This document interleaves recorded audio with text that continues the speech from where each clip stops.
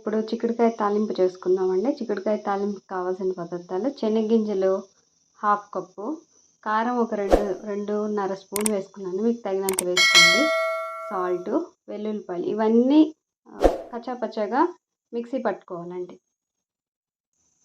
ఇలా పొడి చేసి పెట్టుకున్నాక చిక్కుడుకాయలు ఉడకబెట్టేసుకున్న తర్వాత ఈ పొడిని వేసి ఫ్రై చేసుకోవడమే చూపిస్తానండి.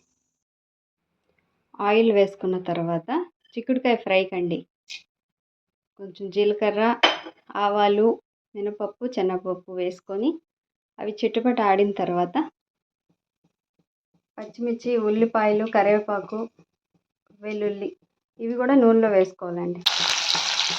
వేసుకున్నాను చూడండి.